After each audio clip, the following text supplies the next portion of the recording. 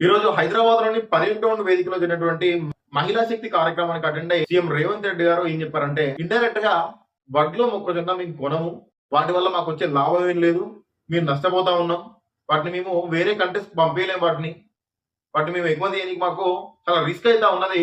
వీలైనంత వరకు పండ్లు వండేయండి, కూరగాయలు వండేయండి. సో దానికోసం చెప్పేసి ఆల్రెడీ ఇంటర్నేషనల్ ఎక్స్పోర్ట్ ఇంపోర్ట్ కోసం బిజినెస్ కోసం చెప్పేసి 2400 కోట్లు పెట్టి మేము ఒక అంతర్జాతీయ మార్కెట్ కట్టినని చెప్తా ఉన్నాం. అన్న 2400 కోట్లు పెట్టి మీరు ఒక ఇంటర్నేషనల్ మార్కెట్ కట్టినని చెప్తా ఉన్నారు కదా, వరి వద్దు మొక్కజొన్న వద్దని చెప్పి అంటా ఉన్నారు. ఏం తింటారు? దాదాపు సౌత్ ఇండియా మొత్తం కూడా 90% అందరు కూడా రైస్ మీద ఆధారపడి బ్రతుకుతా ఉన్నారు. అంటే వడ్లు, నెక్స్ట్ మొక్కజొన్న కూడా వన్ ఆఫ్ ది మేజర్ పార్ట్లో ఉంది. వాటిని మీరు పండించొద్దు అని చెప్పేసి అంటే మరి పండించిన వాళ్ళ పరిస్థితి ఏంది? ఒకసారి రోడ్ల మీదకి వెళ్ళి చూడండి, ఒకసారి పల్లెటూర్లకి వెళ్ళి చూడండి. ఒకసారి రోడ్ల మీద రైతులు ఐకేపీలలో వడ్లు పోసి కొనలేక వర్షాలు పడతా ఉన్నాయి. ప్రజెంట్ ఈ వర్షాలు తడుస్తూ ఉన్నాయి, వాళ్ళు వాటి కాపలా కాయలేక ఏడ వర్షం పడుతుందని చెప్పి భయపడుకుంటూ ఇన్ని ఇబ్బందులు పడతా ఉంటే నువ్వు చిన్నగా స్మైల్ ఇచ్చుకుంటూ వచ్చి వడ్లు మొక్కజొన్న కొనొద్దు, దీనివల్ల ప్రభుత్వానికి లాసే తప్ప పెద్ద లాభం ఏం లేదు అని మాట్లాడుతూ ఉన్నావు. నీ లాస్ అయితేంది, లాభం అయితేంది? 2400 కోట్లు పెట్టి మార్కెట్ కట్టడం కంటే ముందు అదే 2400 కోట్లు పెట్టి రైతులు తగ్గినటువంటి ఒక వరి మొక్కజొన్న కొనొచ్చు కదా, మార్కెట్ ను మళ్ళీ కట్టుకోవచ్చు కదా. అంటే రైతులు ప్రజెంట్ ఎటువైనా ఏం లేదు, నీకు లాభం రావాలి, ప్రభుత్వానికి లాభం వచ్చే పనులు ఉంటే మాత్రమే తీసుకుంటావు. నీకు రైతుల పట్ల కష్టం అవసరం లేదు, వాళ్ళ వరి మొక్కజొన్న నీకు ఏం అవసరం లేదు. నీకు ఇంటర్నేషనల్ మార్కెట్ కావాలి, 2400 కోట్లు పెట్టి మార్కెట్ కట్టినావు 240 ఎకరాలలో. మరి రైతుల పరిస్థితి ఏంది ఇప్పుడు? ఈరోజు మార్నింగ్ ఒక వీడియో చూసాను నేను.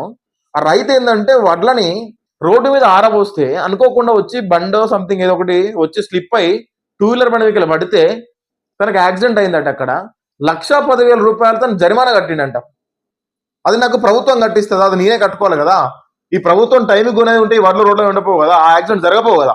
ఈ దిక్కువాళ్ళ ప్రభుత్వం చేయబట్టి 1,10,000 రూపాయలు అదనంగా కట్టుకున్నా అయినప్పటికీ కూడా ఇంకా నా వడ్లు ఇంకా రోడ్ల మీద ఉన్నాయి తప్ప ఐకేపీలో ఓయనిస్తలేరు. ఇక్కడ నుంచి పోసినా కూడా వడ్లను ఏంటంటే ప్రభుత్వం ఉండలేదు. సో ఇది ప్రజెంట్ సిచ్యువేషన్. నీ దాకా వస్తగా నొప్పి తెలియదు అన్నట్టు ఒకసారి కేసీఆర్ గారు కూడా ఏదో ఒక మాట మీద ఏదో ఒక పంట గురించి ఏదో ఇది కొంచెం తగ్గియండి అని చెప్పి అన్నందుకు, లేకపోతే రీసెంట్గా మనం చూసినట్లయితే మోదీ గారు ముందస్తు జాగ్రత్తగా పెట్రోల్ డీజిల్ వీటిని ఎక్కువ వాడకండి, సో దానివల్ల మనకి భారతదేశం సంక్షోభంలో పడే చాయిస్లు ఉన్నాయి, భారతదేశం ప్రపంచం మొత్తం కూడా ప్రజెంట్ సిచ్యువేషన్ బాగాలేని చెప్తే దాన్ని మీ కాంగ్రెస్ వాళ్ళు అంతా కూడా ఏదో భారతదేశం ఫుల్ నష్టపోయింది, అసలు కోలుకున్న పరిస్థితే లేదు, 10 సంవత్సరాలు మోదీ మొత్తం కూడా ఆగం చేసిన మాట్లాడుతూ ఉన్నాం. అటువంటిది రైతులు పండించినటువంటి ఒక పంటను మేము తీసుకోలేని సిచ్యువేషన్ లో ఉన్నామని చెప్పేసి అంటే మీ ప్రభుత్వం ఏం చేసింది? రేవంత్ రెడ్డి వచ్చిన కాంచరి ఎడ్యుకేషన్ డిపార్ట్మెంట్ ఏం బాగుపడ్డది, పోలీస్ డిపార్ట్మెంట్ ఏం బాగుపడ్డది, రెవెన్యూ డిపార్ట్మెంట్ ఏం బాగుపడ్డది, పల్లెటూర్లు ఏం బాగుపడ్డాయి, సిటీలలో ఏ ఐటీ కంపెనీలు వచ్చినాయి, ఎన్ని ప్రాజెక్టులు వచ్చినాయి, ఎంతమందికి ఉద్యోగాలు ఇచ్చారు మీరు? ఇవన్నీ పక్క పెట్టేసి ఇంటర్నేషనల్ మార్కెట్ కట్టిస్తా ఉన్నాం 2400 పెట్టి. మీరు వరి మొక్కజొన్న వండేయకండి, మీరు కూరగాయలు వండేయండి, పండ్లు వండేయండి. ఏం పండ్లు వండేయాలన్నా? తెలంగాణలో యాపిల్స్ వండేయమంటావా? ఏం పండేయమంటావు? ఇక్కడటువంటి వెదర్కి అనుకూలంగా పండేటువంటి పంట వరి మొక్కజొన్న, ఇటువంటి పండ్లే పండుతూ ఉంటాయి ఎక్కువ. వాటిని మేము గుణము పక్క పెట్టే అని చెప్పేసి అంటే ప్రజెంట్ రైతుల యొక్క పరిస్థితి ఏంది? ఎంత ఆందోళన పడతారు వాళ్ళందరూ కూడా. ఒక్కొక్క రైతు ఐకేపీలలో వడ్లు పోసుకొని వాటిని కాపాడుకోలేక చస్తా ఉన్నారు. మీటింగ్ పెడితే చాలు, మీటింగ్లలో ఎన్ని అబద్ధాలు, నోటికి ఎన్ని అబద్ధాలు అన్ని అబద్ధాలు మాట్లాడుతూ ఉన్నారు. ప్రజలు ఒక్కసారి మీరు మాట్లాడిన మీటింగ్స్ తర్వాతకి ఏదైనా వీడియో ఏదైనా ఛానల్లో పెట్టిన తర్వాతకి దాని కింద ఉన్న కామెంట్స్ చదవండి ఒకసారి. ఆ కామెంట్స్ చదివితే మీకు అర్థమైతే రియాలిటీ ఏందని చెప్పేసి. కొంచెం కూడా సిగ్గు అనిపిస్తలేదా? ఎంతసేపు అబద్ధాలు ఆడుతూ ఉంటే ఎలా అబద్ధాలు వస్తూ ఉన్నాయి? ఓ జాబ్స్ ఇవ్వరు, మేము జాబ్స్ ఇచ్చాం, 1,00,000 ఉద్యోగాలు ఇచ్చామని చెప్పేసి అంటారు. మీరు 1,00,000 ఉద్యోగాలు ఇస్తే నిరుద్యోగం అంచనా సభకి గంతమంది ఎట్లా వస్తారు? వాళ్ళు అన్ని తిడుతూ ఉంటే కూడా మీరు ఎందుకు ఉద్యోగాలు మీరు రిలీజ్ చేయట్లేదు? రైతు భరోసా రైతులు మేము మంచిగా చూసుకోమని చెప్పేసి అనుకున్నప్పుడు రైతుల యొక్క వడ్లు మొక్కజొన్న ఎందుకు ఉండలేరు మీరు? ఎడ్యుకేషన్ డిపార్ట్మెంట్ ఏమైంది? విద్యాశాఖ మంత్రి మీరే, హోంశాఖ మంత్రి మీరే, ముఖ్యమంత్రి మీరే, రిమైనింగ్ రెవెన్యూ ఇవన్నీ కూడా మీ దగ్గర వెళ్ళకుండా అయిపోవానా? ఒక్కరే హోల్ అండ్ సోల్ అంతా రేవంత్ రెడ్డి, ఏది కావాలన్నా రేవంత్ రెడ్డి అని చెప్పి పెట్టుకుంటే ఈ యొక్క మంత్రులు, ఎమ్మెల్యేలు, ఎంపీలు వీళ్ళందరూ అవసరం లేదు కదా. అంత భయం. హోంశాఖ మంత్రి నా దగ్గర లేకపోతే రేపు పొద్దున నా మీద ఎన్ని కేసులు అవుతాయో అని చెప్పేసి, పోలీసు వల్ల హ్యాండ్ ఓవర్లో ఉండాలని చెప్పేసి భయం మీకు. విద్యాశాఖ చేతుల నుంచి జారిపోతే వచ్చేటువంటి రాబడి విద్యాశాఖ నుంచి మీకు ఎక్కువ వస్తూ ఉంటుంది కదా, ఇన్కమ్ అంతా కూడా.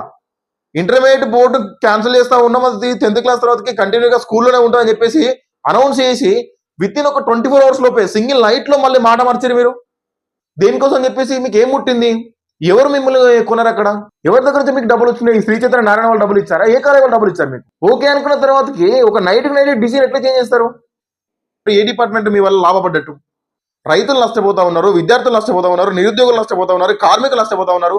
మొన్నటి వరకు ఆర్టీసీలో జరిగినటువంటి గొడవల వల్ల నర్సంపేటలోని శంకర్ అనేటువంటి ఒక వ్యక్తి చనిపోతుంది తప్ప మీరు ఆ యొక్క సిచ్యువేషన్ మీకు సాల్వ్ కావాలి అక్కడ. అంటే మీకు ఏ సమస్య ప్రభుత్వం దృష్టికి రావాలని చెప్పేసి అన్నా కూడా ప్రజలు అనేక రకాలుగా ఇబ్బంది పడి ధర్నారోకాలు, రాస్తాలు ఇవన్నీ వేసి ఎవరన్నా ఒకరు ఇద్దరు సూసైడ్ చేసుకుంటే ఒక పెట్రోల్ కోసం తగలబెట్టుకుంటే తప్ప మీ దృష్టికి వస్తే మీరు వాటిని సాల్వ్ చేస్తారు తప్ప అప్పటి వరకు మీరు సాల్వ్ చేయరు.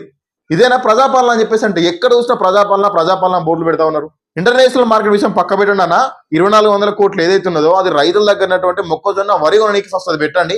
వీళ్ళ దగ్గర నుంచి వరి కొన్న తర్వాతకి ఆ డబ్బులతోని వచ్చేటువంటి ప్రాఫిట్ తోని మీరు ఇంటర్నేషనల్ మార్కెట్ కడతారా, ఇంటర్నేషనల్ స్కూల్ కడతారా, నర్సంపేటలో గుళ్ళు కూడా కొట్టి ఇంటిగ్రేటెడ్ స్కూల్ కడతా ఉన్నారు కదా, సో ఇంటిగ్రేటెడ్ స్కూల్స్ కడతారా? అది మీ ఇష్టం.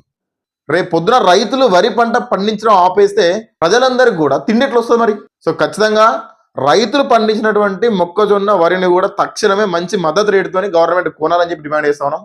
సో రైతులను ఇబ్బంది పెట్టకండి, రైతులను ఆందోళన పరిచే విధంగా మీరు మాట్లాడకండి. ఒక ముఖ్యమంత్రి అయిన మీరు ఈ విధంగా మాట్లాడే తప్పు. ఇంకోటి ఏంటంటే ముఖ్యమంత్రి గారు మన జనసేన ఒక కార్యకర్త, తను ఒక నాయకుడు అని చెప్పాను నేను, తను ఒక లీడర్ అని చెప్పాను, ఒక నార్మల్ కార్యకర్త తను మిమ్మల్ని బలిస్తా అని చెప్పేసి అన్నందుకు ఆయన కేసు పెట్టి జైల్లో పడేసిరు. ఆయన బలిచ్చేది ఉంటుందా? మీరు ఒక ముఖ్యమంత్రి అని ఒక కార్యకర్త, సరే తంగు స్లిప్ అయిండు, ఎవరైనా ముఖ్యమంత్రి అనొద్దు, సో తను అన్నాడు కాబట్టి తీసుకెళ్లి జైల్లో పడేసారు. మీ ఫస్ట్ నుంచి ఒకటే చెప్పుకుంటూ వస్తా ఉన్నాం. ఫస్ట్ ఆఫ్ ఆల్ మీ మాట తీరు మారవండి, మీ పద్ధతి మారవండి. ముఖ్యమంత్రి నుండి మీరే తప్పుగా మాట్లాడితే మీ ఎమ్మెల్యేలు ఎలా మాట్లాడతారు, మీ ఎంపీలు ఎలా మాట్లాడతారు, మీ మంత్రులు ఎలా మాట్లాడతారు, మీ లోకల్ ఉన్నటువంటి ఒక కార్యకర్తలు ఏ విధంగా మాట్లాడుతున్న విషయం కూడా మీరు ఆలోచించాల్సి ఉంది. ఈ రోజు మీరు మాట్లాడుతూ ఏమన్నారు? మీకు ఒకవేళ అడ్డం వస్తే అదే బస్సును ఎక్కియండి అని చెప్పేసి అన్నారు, ఆ బస్సుతో తొక్కియండి అని చెప్పేసి అన్నారు. ఈ బస్సుతో ఎక్కియండి, బస్సుతో తొక్కియండి, ఇది మీరు చెప్పినటువంటి ఒక సాంప్రదాయం కాదా? మీరు ఇస్తున్నటువంటి ఒక గైడ్ లైన్స్ కాదు ఇవన్నీ కూడా? ఒక ముఖ్యమంత్రి అని మీరే ఎలా మాట్లాడితే లో లెవెల్లో ఉన్నటువంటి కార్యకర్త ఏ విధంగా మాట్లాడతాడు? అదే విధంగా మాట్లాడతారు కదా. ఫస్ట్ ఆఫ్ ఆల్ మీరు మాట్లాడే మాట విధానం కూడా మార్చుకోండి కొంచెం. మొన్నటి వరకు హిట్లర్ నా ఇన్స్పిరేషన్ చెప్పేసి అన్నారు. ఎవరినన్నా హిట్లర్ ఇన్స్పిరేషన్ తీసుకున్నటువంటి ముఖ్యమంత్రి మిమ్మల్ని చూస్తున్నారు. కొంచెం బుక్స్ చదవండి. హిట్లర్ స్టోరీ ఏంటిది, ఛత్రపతి శివాజీ మహారాజ్ స్టోరీ ఏంటిది, కొంచెం వ్యత్యాసం చూసుకోండి. అంత బహిరంగ సభలో నేను హిట్లర్ని ఇన్స్పిరేషన్ తీసుకున్నా అని చెప్పేసి చెప్పినటువంటి ముఖ్యమంత్రి ఫస్ట్ మీరే అవుతారు భారతదేశం మొత్తం మీద కూడా. దయచేసి మిడిమిడి జ్ఞానంతో మైక్ ముందుందని చెప్పేసి మీరు ఏ విధంగా పడితే ఆ విధంగా మాట్లాడితే అది ప్రజలలో చాలా బ్యాడ్గా పోర్ట్రేట్ అవుతా ఉన్నది. సో దయచేసి ఏదైనా మాట్లాడే ముందు వెనుక చూసి ఆలోచించండి. రైతుల మంచి కోసం అని చెప్పేసి పనిచేయండి, కార్మికుల మంచి కోసం పనిచేయండి, నిరుద్యోగుల కోసం అని చెప్పేసి ఉద్యోగాలు వేయండి, ఇటువంటి పనులు చేయండి తప్ప రైతులను భయపెట్టే ప్రోగ్రాం కావచ్చు, ఒక నిరుద్యోగులను భయపెట్టే ప్రోగ్రాం కావచ్చు, అరెస్ట్ చేసుడు, అక్రమంగా జైల్లో తీసుకోవాలి వాళ్ళని, నానా చిత్రహింసలు పెట్టుడు, సో ఇటువంటి మానేయండి దయచేసి. ఇంకా మహా అయితే మీకు 2 సంవత్సరాలు ఉన్నట్టుంది. సో ఇప్పటికైనా మీరు కొంచెం మంచి పనులు చేసుకుంటా పోతే మేబీ మీరు ఎలక్షన్స్కి వచ్చే ముందు మీకు అడగనీకి ఒక 4 పాయింట్లు ఉంటాయి. లేదు అనుకుంటే మీరు అడగనికి ఏమీ ఉండదు. మళ్ళీ వచ్చి 1,00,000 కోట్ల స్కామ్ చేసిండు కేసీఆర్ దొంగ, కేసీఆర్ లంగా అనడానికి ప్రూఫ్ ఉండదు. సో మళ్ళీ మాట్లాడితే ప్రజలు నమ్మనికి సిద్ధంగా లేరు. ఇప్పుడు ఆల్రెడీ ప్రజలందరూ కూడా మీ సిచ్యువేషన్ అర్థమైంది కాబట్టి ఇప్పటికైనా మీరు పని చేస్తే ఆ యొక్క 4 పాయింట్లు పట్టుకుని మీరు ఓట్లు అడిగితే ఎంతో కొంత ఓట్లు పడతాయి, కనీసం డిపాజిట్లు అనేది తక్కుతాయి. లేదు అనుకుంటే మాత్రము ఈ 2 సంవత్సరాలు కూడా ఇదే విధంగా అపోజిషన్ వాళ్ళని ఎప్పుడు తిట్టనికే పని పెట్టుకుంటే మాత్రము మీకు వేరే ఆప్షనే ఉండదు. మీరు ఓట్లకు వచ్చి అడగడానికి అసలు మొహం ఉండదు మీకు ఫస్ట్.